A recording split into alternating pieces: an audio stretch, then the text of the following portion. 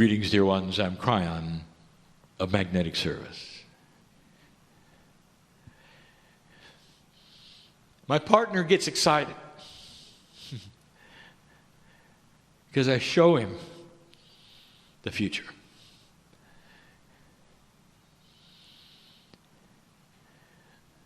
The difficulty is always the same. You want it now.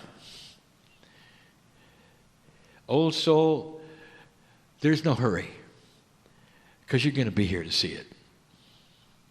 You may look a little different, but you're going to be here to see it. And what I mean by this is the lineage of those and the akasha of those in this room is going to be part of the future. No matter how old you are at this point in time, no matter what you think that you're a part of at this time, I would like to tell you that the old soul is going to continue. And that this transition to a new energy on the planet is temporary. You're going to start to see results. There's a fast track system that is going to echo what you want.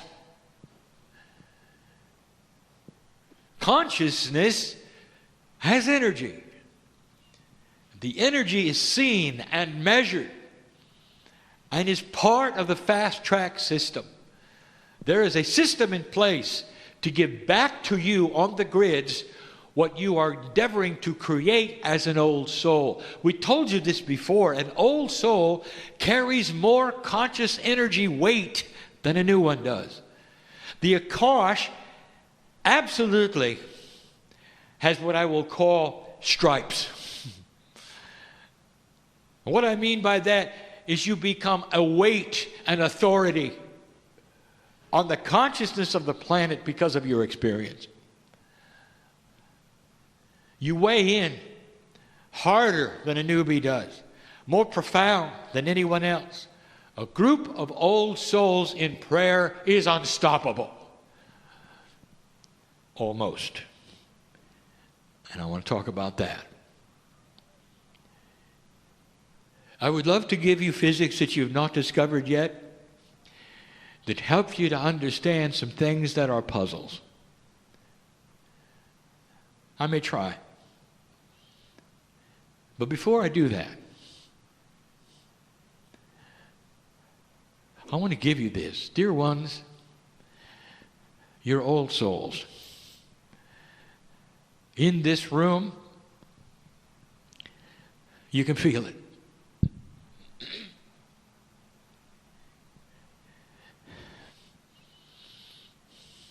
What you think and what you do creates the timing of peace on earth. Some of you will have the opportunity to take the high road when all you've done is be forced into the low one. And I may talk cryptically, but I am talking to those in the room. Opportunities given that you didn't expect, in areas you didn't plan would be there, and a decision that you will make actually helping the planet incrementally, one by one, because you see things differently. There's an awakening process in all of you, and you can feel it.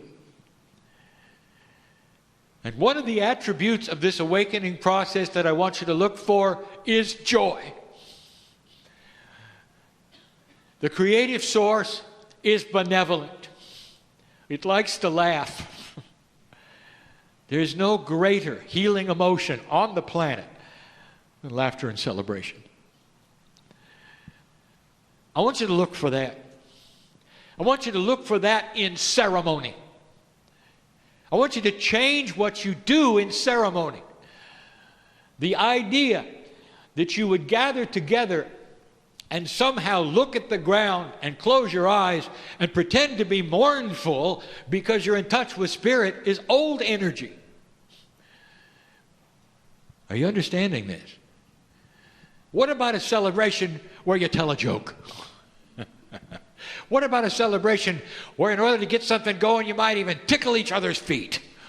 Something to create a celebration of joy and laughter while you go into a meditative state that will amplify it greatly. Old energy says you have to be depressed. At least that's the way it looks. We look down in a meditative circle, nobody says anything, there's always quiet, and you're all depressed. What else are we supposed to think? Do you laugh during your meditations? No. Does it disturb the energy? Oh, the teachers will say, oh yes, don't disturb the energy with laughter. Why don't you try it and see what it does to the energy? You might have healings right there, right then. That's what I want to tell you right now. There are some of you who needed to hear this because you're invested in creating ceremony. Others of you in the room will have choices to make soon, which I will call high and low road choices. Same old, or something you know is better, but a little harder and more risky. I'm going to tell you, there's a hand that's ready to hold yours in the risk department when it comes to light. You understanding this? There are puzzles in spirituality, but they're not. I'll open a door just slightly tonight. Just slightly. Trying to explain to you something my partner has given you before. When we say that physics is consciousness and consciousness is physics, we're talking about energy. What is your idea when somebody says, did you feel the energy of the prayer? Did you feel the energy of the meditation? Are these just words that pass through your ears and they're metaphysical and esoteric and isn't it lovely? Or is there substance? How do you define energy? Is it something you feel? Is it something you measure? Let's talk very, very simply about energy. Long ago, basic science realized that energy is not destroyable. You cannot destroy it. You can change it. And in certain situations where energy meets energy, there will be then another energy, but it is not creating new energy, it's simply morphing.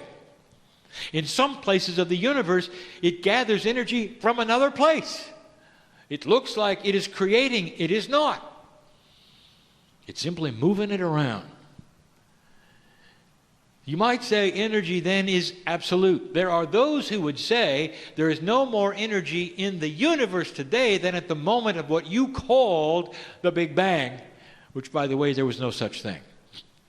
There was a beginning, and there was an energetic start, but it was not an explosion and it was not a bang. It was a quantum event of an intersection of what we have called dimensional membranes. We don't expect you to understand that. We don't want you to. It's not needed. But energy is something you should be able to feel, measure, work with, compute, and predict. On the planet right now, you work with certain kinds of energy very well. You understand them. You can compute them. You can measure them. You can predict them. You use them in your machines. That's energy. You create energy in order to fuel your house. That's energy. And when it comes to consciousness, you don't think of it the same way. So tonight, right now, I want you to think of it the same way. Is it possible that there is a system that is a multidimensional system where what you create with your thoughts is as palatable as an electric current?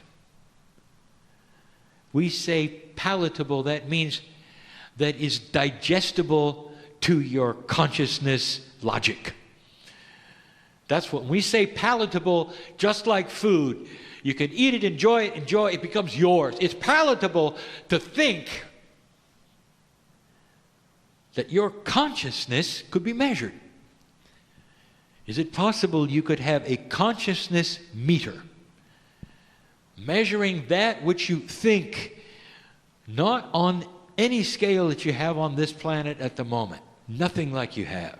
I'm talking about a quantum measuring device, a way you could see the energy you create when you focus your mind. If you had that right now, it'd change everything. You have a group of light workers and you're going to concentrate on creating rain. Now don't do that, because you're going to get it anyway.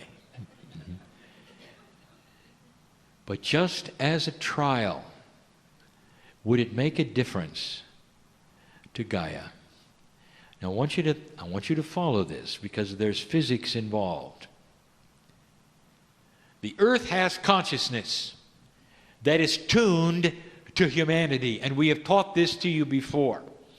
Gaia is starting to raise its consciousness, giving you back what you're starting to give to it, which is not war and hatred. Gaia is starting to change. The crystalline grid is starting to change, giving you remembrances of good things and not drama. We have told you this. All that is around you that is in support of you, and it's starting to move. So let's say you pray for rain and you need it. Together you create energy that is quantum. That is to say, it works with quantum particles.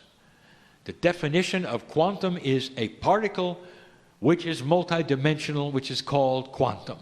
We're using the word as an overview to mean meta-dimensional things, meaning multidimensional things. What happens? All the energy that you're creating goes into the planet. Will it create rain? I want to ask you a question. Thousands of years, indigenous did rain dances. I want to ask you a question. Were they doing something, or was it dumb? Was it simple? Was it mythology? Were they celebrating the gods in the sky? Were they desperate because their crops were dying? Or did it work?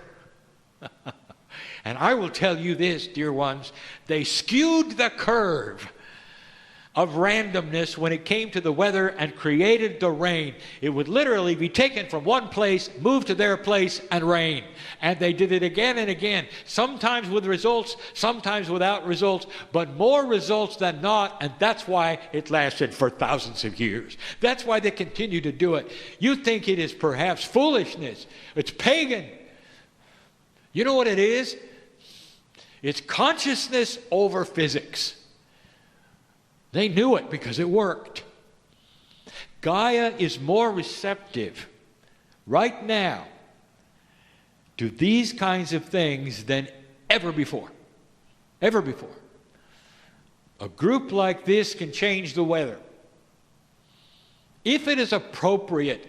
And there are so many things that Gaia will weigh into this. If it does not rob from another place, if it's time. This planet is benevolent for you. Tree hugger, I want you to resound to this. What do you feel when you're out there with the divas? Can you feel them when they're showing themselves to you, when they want you to see who they are? The consciousness of Gaia has attributes constantly that are giving back to you. And you call it Mother Nature. Isn't it interesting it's a woman? Isn't it interesting? All things good born from the planet, from a feminine energy, just like here. Question. Let's apply it to humans.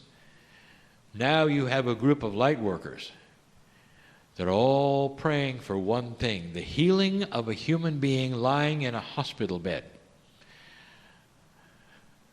Now it gets tricky. Have you done that before? The answer is many of you have. You have a relative or a friend who is in trouble, and you're going to send them energy. You're going to see them healed. I would like to explain what happens to that energy right now in the simplest way I can. And my partner, I want you to go slow because this is new. I want you to understand the benevolence of it, the appropriateness of it, the beauty of it, and why it doesn't always work. Because as many times as you've done it, you know sometimes it works and sometimes it doesn't.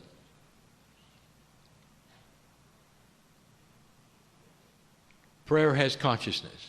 Meditation has consciousness, and those consciousnesses are energy. Just like the electricity you can measure in an amp meter, there are other meters of consciousness that can measure it, and it's quantitative. It actually has attributes of measurement that have not been invented yet. It's energy. And here you are gathering. It's an interesting attribute about consciousness that is multidimensional, that it does not follow the rules of linearity. That is to say, when two or more get together, it is amplified in an odd curve. Not exponential, but similar to it. It's part of the math that you don't know yet. It's a base 12 equation, and it's a measurement of consciousness. You're focusing, you're seeing the healing, and here comes the energy. It was developed from you, you sent it. You didn't create it.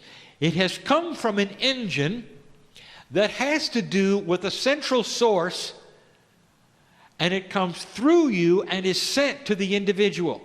So you didn't create it out of nothing. Dear ones, you're in touch with spirit when you're meditating, when you're praying. You can feel it. You're pulling on that which is spirit, and you're pushing it right to the one you want to be healed. All is well. You're doing it right. The creative source has seen you and has granted that energy transmission right from the pineal, right from your consciousness, the triad of your brain, and focusing it right to the one in the bed. So far, so good. Now, I told you that energy cannot be destroyed, so it's got to go somewhere. If I told you the mechanics of this, it is not that which you would understand, and even my partner is having trouble with the picture I'm showing him.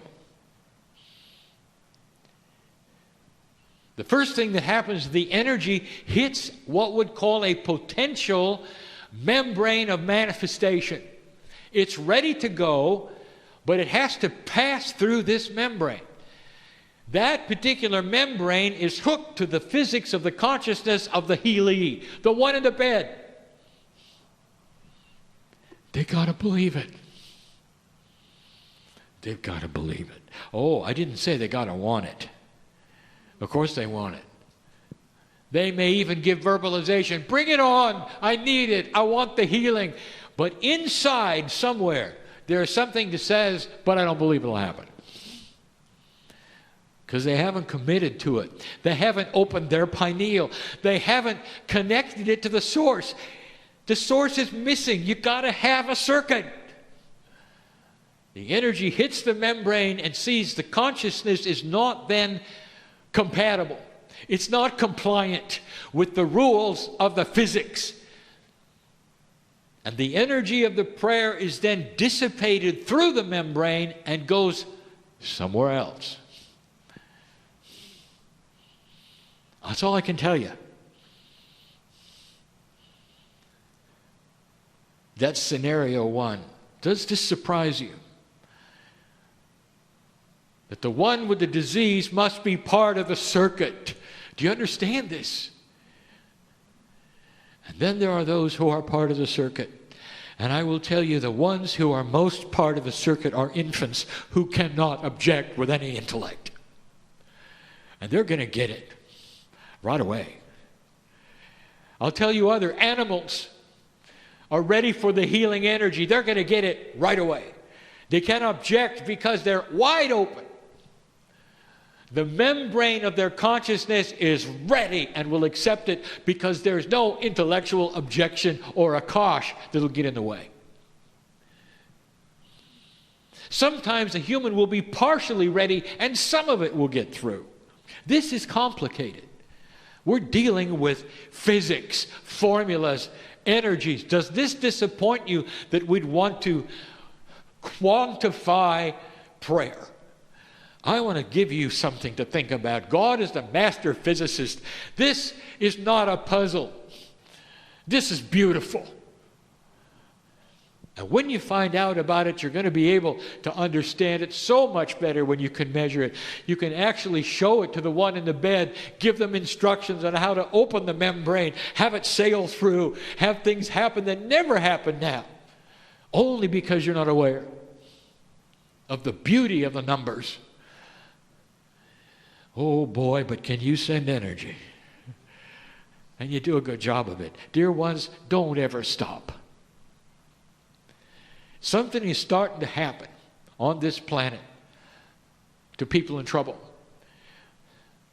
They're starting to believe it. They're starting to get it.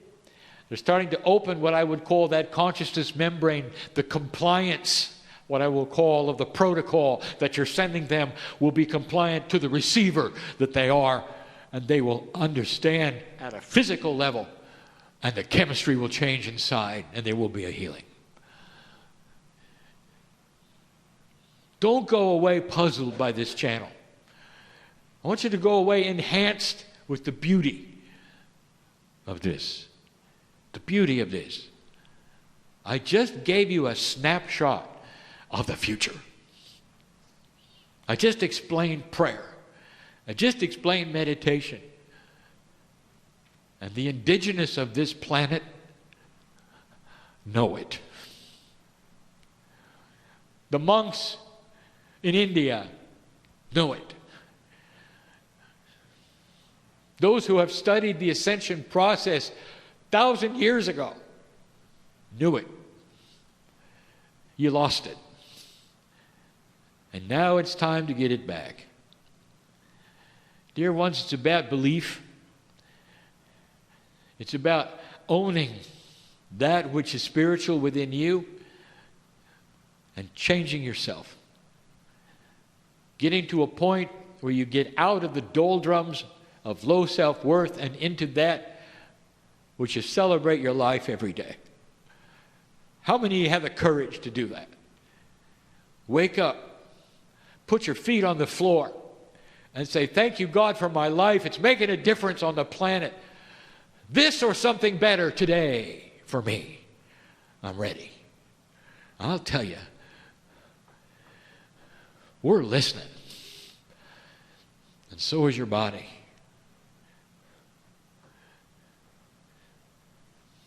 I'm crying in love with humanity. And so it is.